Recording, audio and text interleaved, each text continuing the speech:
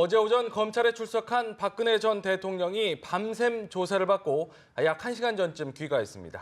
다소 지친 표정의 박근혜 전 대통령은 아무 말 없이 집으로 향했는데요. 검찰에 나가 있는 취재기자 연결하겠습니다. 이재동 기자, 박 전 대통령의 귀가 상황 전해주시죠.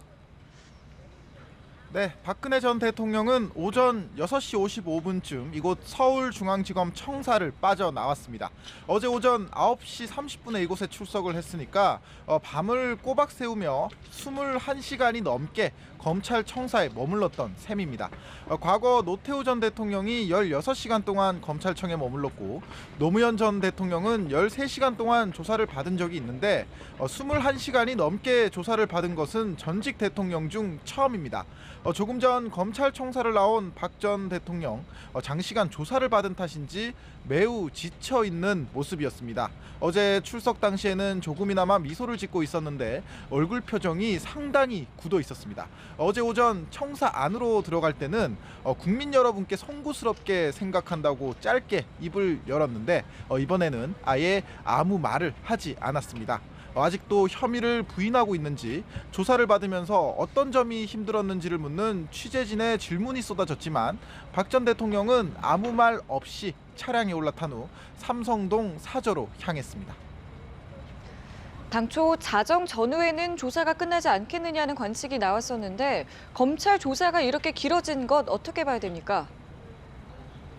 네, 사실 엄밀히 얘기하자면 검찰의 조사는 어젯밤 11시 40분에 끝이 났습니다. 하지만 박 전 대통령이 7시간 넘게 신문 조서를 확인하면서 귀가가 그만큼 늦어진 겁니다.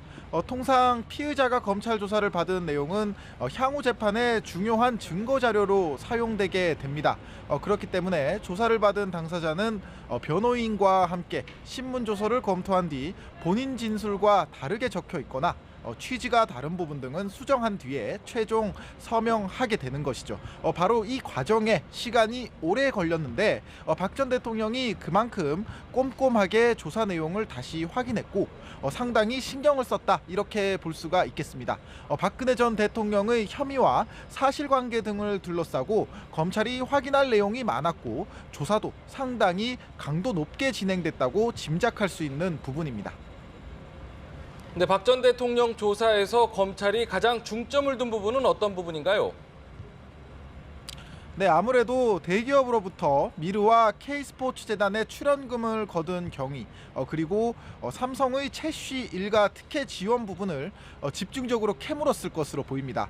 검찰 관계자는 박 전 대통령이 단답형 답변도 했지만 질문에 따라서는 적극적인 해명도 하며 특이사항 없이 조사가 잘 진행됐다고 밝혔습니다.